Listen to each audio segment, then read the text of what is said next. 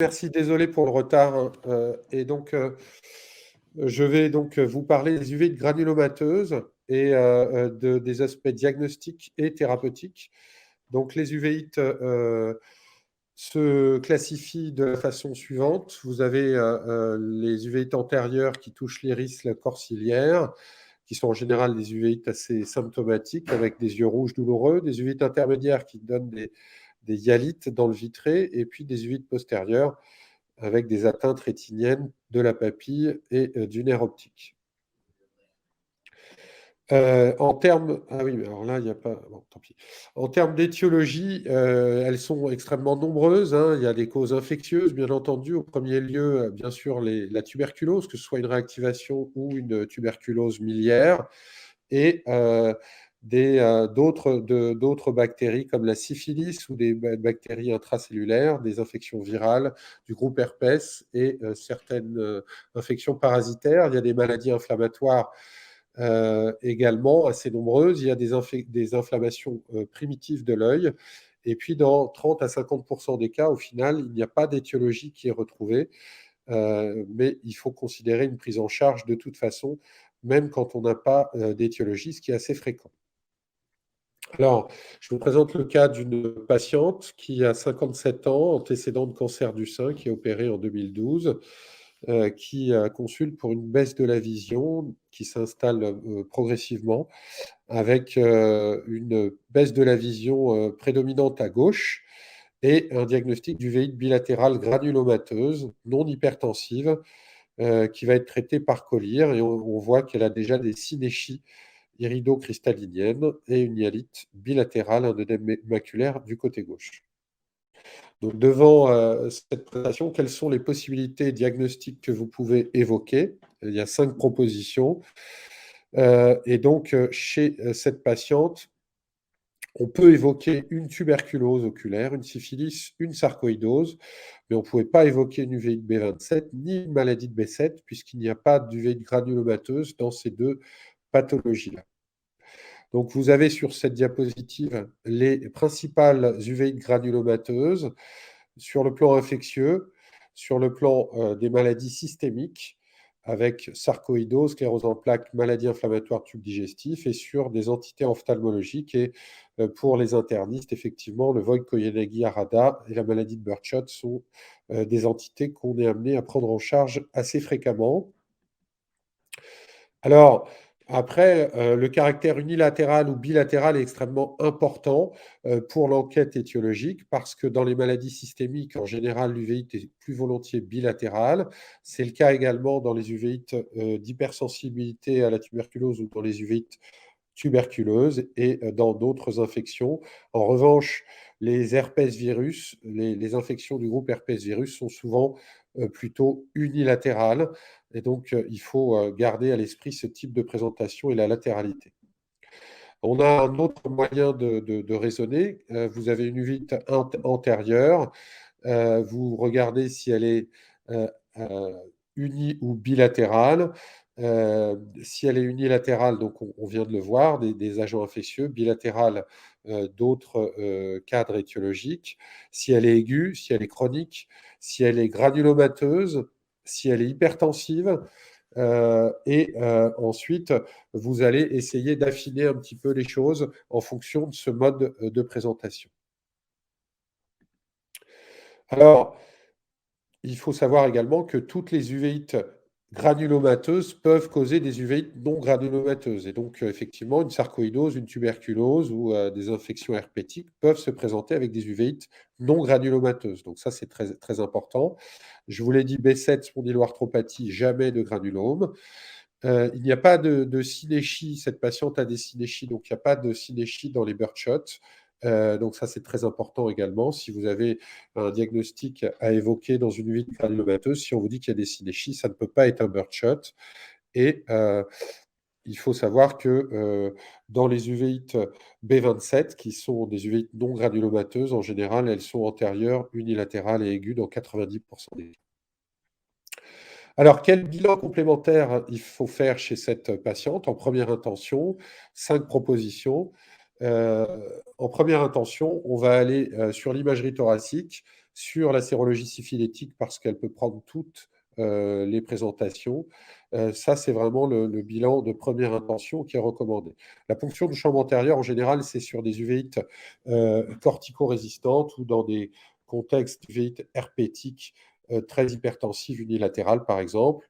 Syphilis, radiothorax, ça c'est très important. Ce qu'il faut savoir, c'est que la radiothorax, elle est beaucoup moins sensible que le scanner, donc on ne se contente pas d'une radiothorax normale si on veut éliminer une sarcoïdose ou si on veut rechercher des signes de tuberculose. Et on a d'autres éléments qui sont intéressants.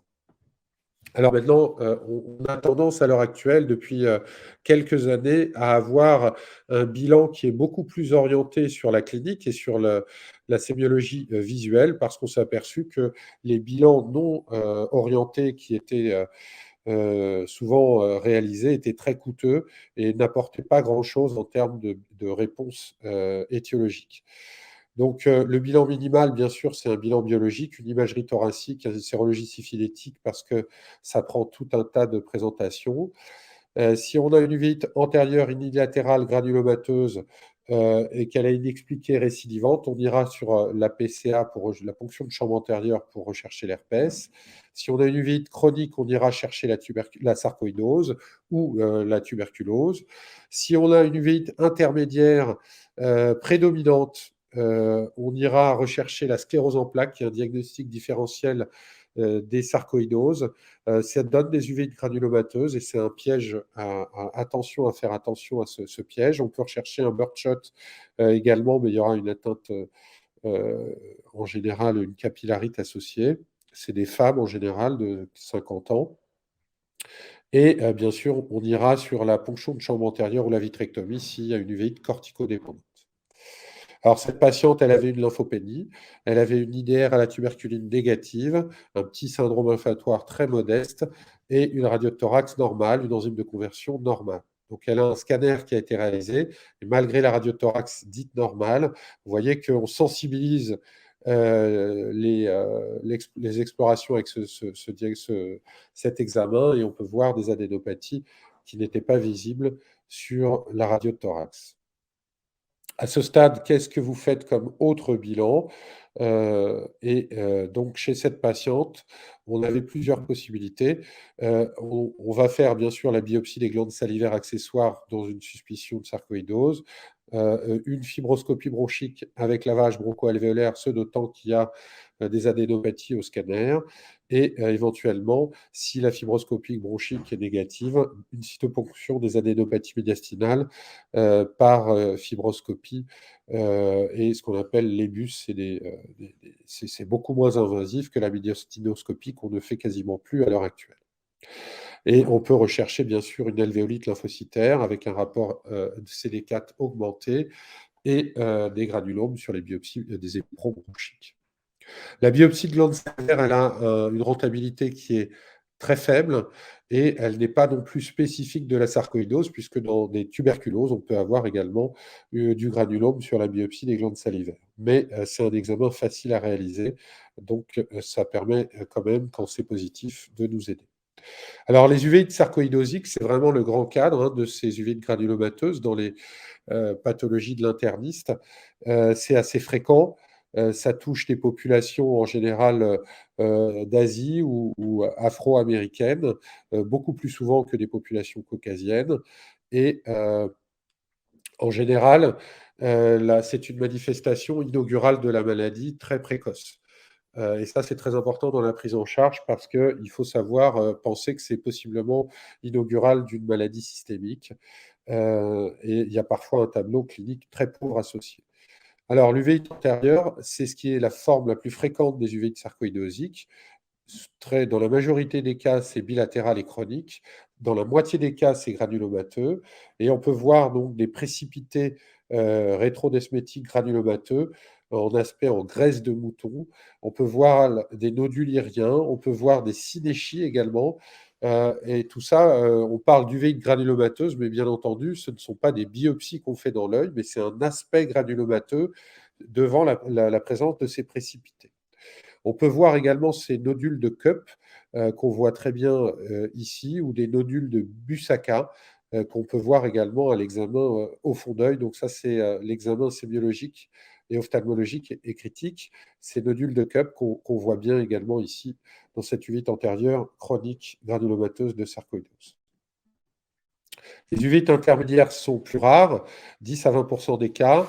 Les diagnostics différentiels avec la sarcoïdose, bien sûr, c'est sclérose en plaques et parfois tuberculose.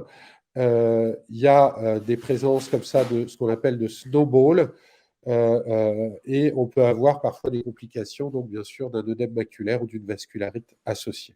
Et attention au diagnostic différentiel sur ces uvites prédominantes au niveau du segment intermédiaire, parce que, surtout quand on doit débuter un traitement anti-TNF, attention à la sclérose en plaques.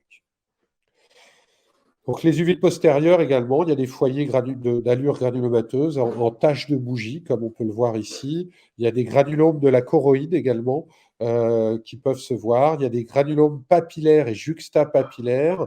Et puis on peut voir aussi du granulome sur la vascularite rétinienne. Donc vous voyez, toutes ces structures peuvent être la présence de granulomes.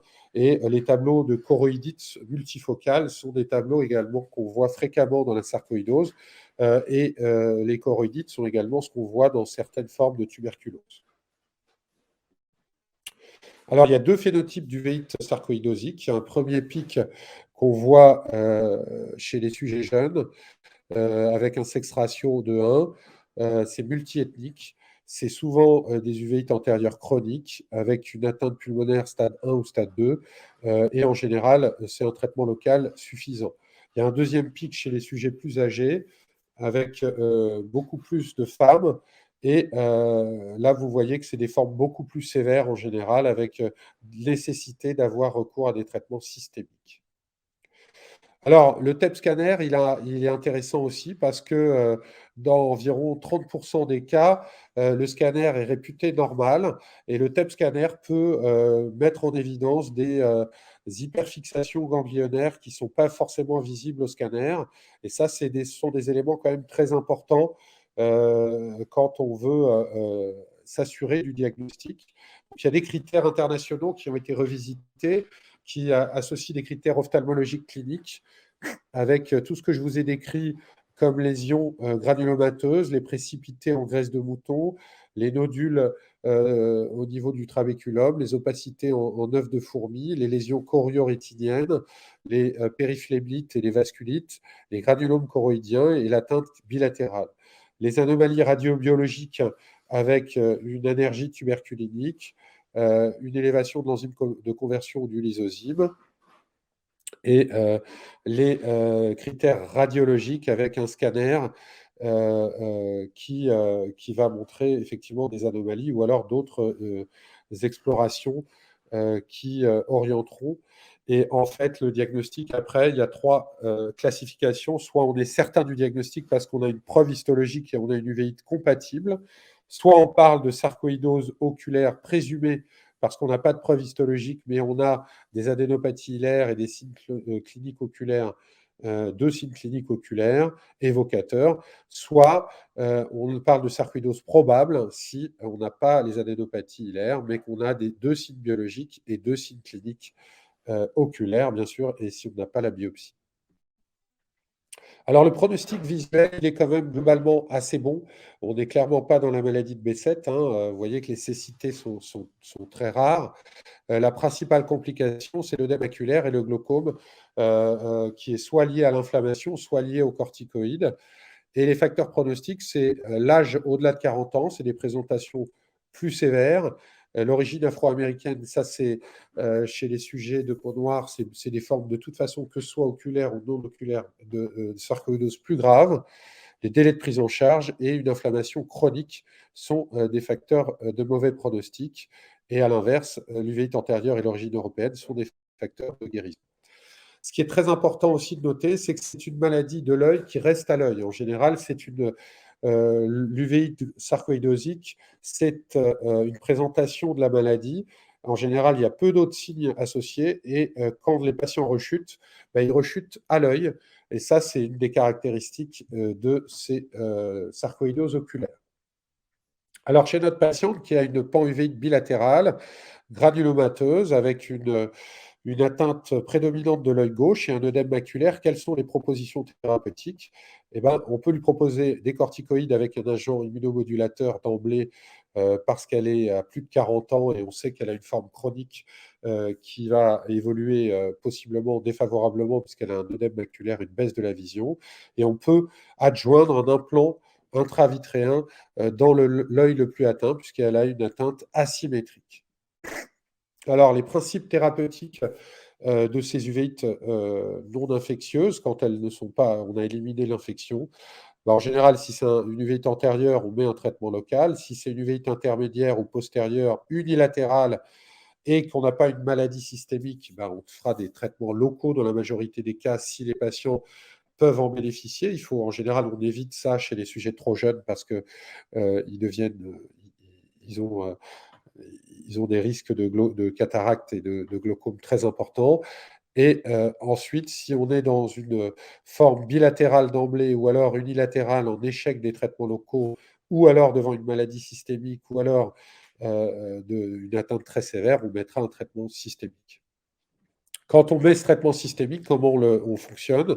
Ben, en général, à l'heure actuelle, si on a une présentation un peu sévère, bilatérale, un peu chronique, on aura tendance à mettre des corticoïdes avec un immunomodulateur assez rapidement. Cette corticothérapie, elle peut être locale, comme je viens de vous le dire, et ou systémique, mais on adaptera en sachant que la corticothérapie locale diffuse très bien et il y a moins d'effets secondaires systémiques. Si vous avez une forme grave, ben, vous mettrez une biothérapie d'emblée. Si vous avez une vascularite rétinienne sévère, un anti-TNF. Sinon, on essaiera de baisser la corticothérapie et si le patient peut atteindre des objectifs de décroissance assez intéressants, au-delà, en deçà de 7 mg par jour, bah, on pourra continuer la décroissance pendant un traitement d'un an ou deux en fonction de l'évolution. Mais parfois, c'est beaucoup plus long. Ça dépend bien sûr de l'évolution lorsqu'on baisse progressivement la corticothérapie. Si l'immunomodulateur que vous avez mis ne marche pas, vous pouvez passer à un autre, bien sûr, ou alors passer à une biothérapie suivant le niveau de corticodépendance. Et un point très important, si le patient est cortico-résistant à plus de 0,5 mg kg jour, on élimine une infection, un pseudo-lymphome ou des problèmes d'observance. Alors, les traitements d'épargne cortisonique, on les utilise quand même dans quasiment maintenant plus de la moitié des cas dans les sarcoïdoses oculaires, surtout pour l'œil, moins souvent pour les atteintes extraoculaires. C'est le méthotrexate qu'on utilise le plus. Le plaquenil, on l'utilise parfois.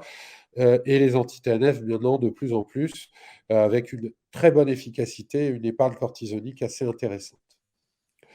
La corticothérapie systémique, quand on l'utilise, elle n'est pas forcément très, très forte. On essaye d'épargner au maximum, les doses cumulatives de corticoïdes. Si c'est très sévère, bien sûr, et qu'on ne traite pas en local, on mettra des doses plus fortes avec des bolus. Mais ça, c'est en fonction de la sévérité de la présentation. On a quand même des corticodépendances qui sont assez fréquentes et c'est pour ça qu'on a tendance à mettre assez vite des traitements immunomodulateurs pour épargner les corticoïdes. Alors, le méthotrexate, c'est, la molécule pour laquelle on a le plus de données, hein, dans la littérature, mais le délai d'action est quand même assez lent, et ça, c'est un point qu'il faut quand même retenir, si vous avez des formes un peu sévères. L'épargne cortisonique ne sera pas non plus très, très importante avec ce médicament. Le Cellcept, on l'utilise également beaucoup dans cette indication, peut-être avec un délai d'action peut-être un petit peu plus rapide, mais on a l'impression que c'est globalement assez équivalent au méthotrexate quand ils sont utilisés à des doses classiques, c'est-à-dire 2 grammes de Cellcept et méthotrexate 20 mg par semaine pour les formes oculaires. Les anti-TNF, dans les formes de sarcoïdose extra-pulmonaire, clairement, il y a des données qui montrent que ça fonctionne. Et dans l'œil, ça fonctionne très bien avec un profil de tolérance qui est globalement très bon. Bien sûr, ça augmente si on met des corticoïdes et des corticoïdes à forte dose en association. Il y a quelques cas de sarcoïdose induite par les anti-TNF, mais c'est majoritairement des formes très bénignes, limitées à la peau, beaucoup plus rarement des formes uvéitiques.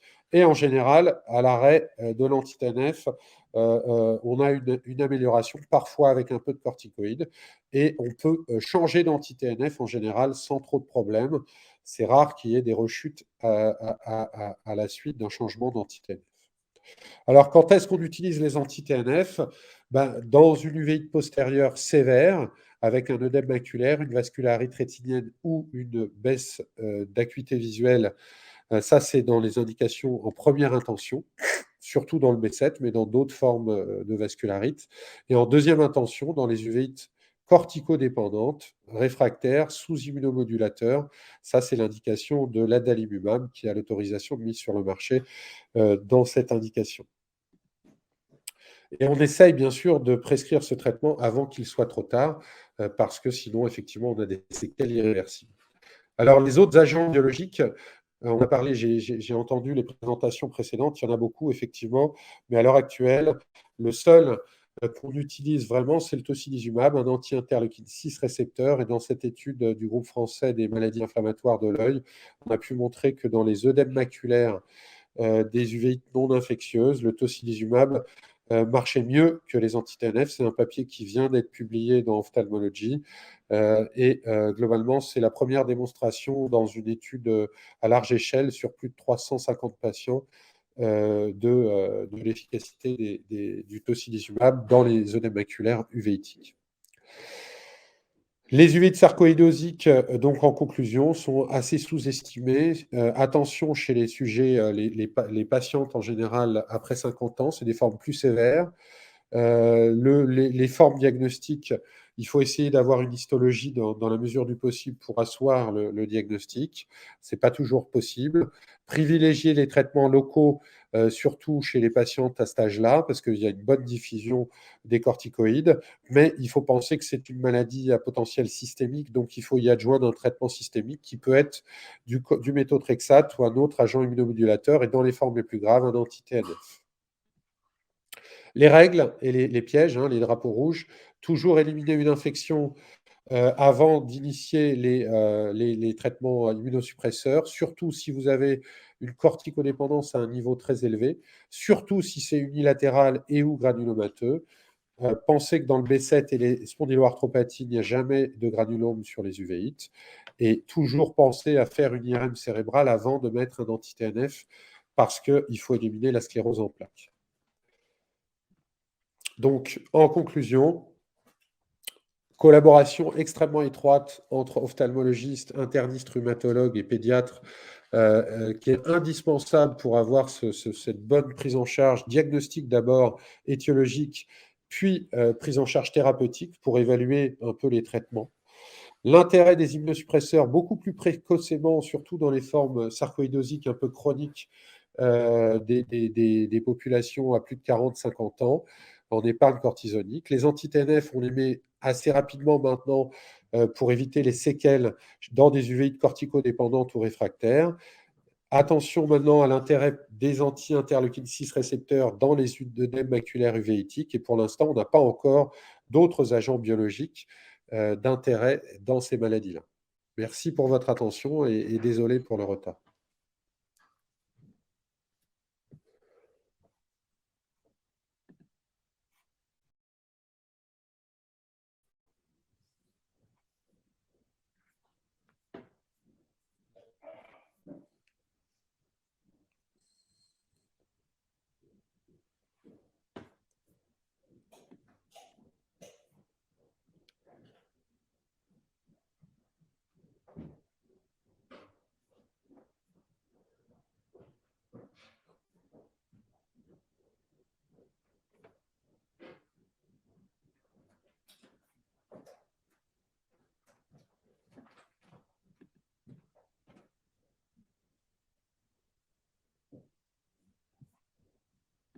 On donne les anti-TNF-alpha d'emblée, le TOCI dans l'œdème maculaire cystoïde.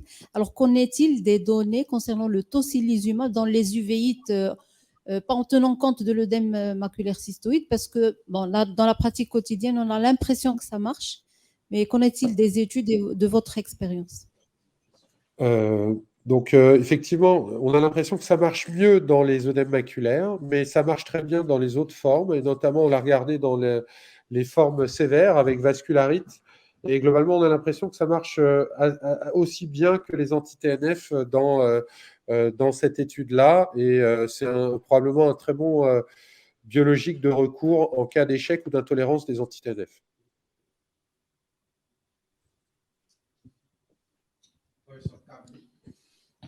Bonjour, Monsieur Saadoun. Je voulais vous poser une question concernant la maladie de Whipple. Est-ce que vous en avez des cas? Est-ce que vous la cherchez systématiquement dans les formes de résistance au traitement? Oui, c'est une excellente question, effectivement. Dans les formes cortico-résistantes qui répondent vraiment pas bien au traitement immunomodulateur, c'est quelque chose qu'on cherche effectivement et c'est l'objet, par exemple, des fonctions de chambre antérieure ou des vitrectomies parfois pour aller rechercher justement ce diagnostic-là. On tombe dessus parfois, ce n'est pas un diagnostic facile. Euh, on peut tomber dessus dans l'œil ou alors sur les explorations digestives, par exemple. Mais effectivement, on le recherche surtout dans les formes cortico-dépendantes à niveau élevé ou cortico-résistantes.